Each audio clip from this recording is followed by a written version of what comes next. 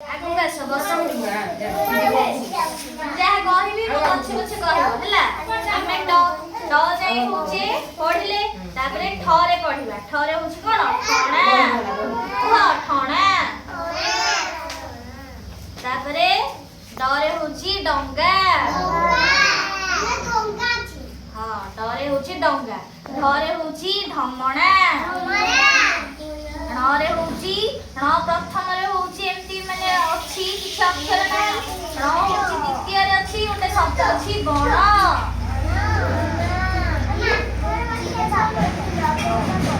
ଦେଖ ଏଇଆଡେ ତାପରେ ହଉଛି କଣ ତ ତରେ ହଉଛି ତାରା। ତାରା ସମସ୍ତେ ଦେଖିଛ କୋଉଠି ଅଛି ଆକାଶରେ ଅଛି। ତାପରେ ହଉଛି ହଉ ଦେଖ ଇଆଡେ ଦେଖ ଥରେ କଣ ଥଳି।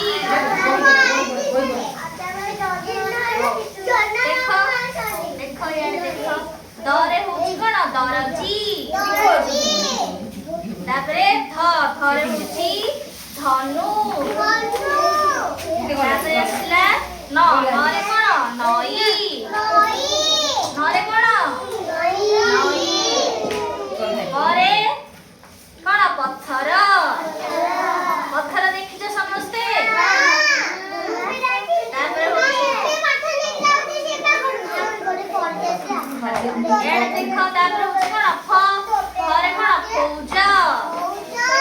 ଆଉ କଣ ହବ ଫରେ ଆଉ କଣ ହବ ଫଳ।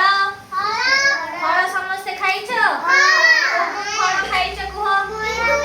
ତମେ ପିଜୁଳି ଖାଇଛ। ତମେ କଣ ଖାଇଛ କୋଉ ଫଳ ଖାଇଛ କଣ ଖାଇଛ ସେଓ। ତମେ ସେଓ ଖାଇଛ। ଆଉ କଣ ଫଳ ଅଛି କମଳା ଅଛି। ଆଉ କଣ ଫଳର ନାଁ ଅଛି ଆଉ ହଉଛି କଣ ଅଛି କଦଳୀ। ତାପରେ ହଉଛି ଆସିଲା ପରେ କଣ ବଗ। ବଗ ସମସ୍ତେ ଦେଖିଛ। ବଗର ରଙ୍ଗ କଣ ଧଳା। ତାପରେ ଭରେ କଣ ଭଜନ। ତାପରେ ଆସିଲା ମରେ ହଉଛି ମକା। ତାପରେ ମକା ଖାଇଛ ହଉ। ତାପରେ ଅନ୍ତସ୍ଥ ଜରେ କଣ ହଉ। ତାପରେ ହଉଛି ରରେ କଣ ରଥ। ସମସ୍ତେ କୁହ ରଥ। ତାପରେ ହଉଛି ଳରେ ହଉଛି ନଳ। ଳ କଣ ଦ୍ୱିତୀୟରେ ଅଛି ହେଲା। ତାପରେ ହୁଅ ହଉଛି ମଝିରେ ଥାଇକି ଗୋଟେ ଶବ୍ଦ ଅଛି କଣ ଟାୱାର।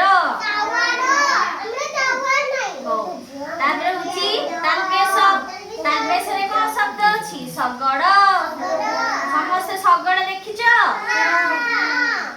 ତାପରେ ହଉ। ତାପରେ ହଉଛି ମୁଦ୍ନେଶରେ କଣ ଅଛି ଷଣ୍ଢ। ସମସ୍ତେ ଦେଖିଛ।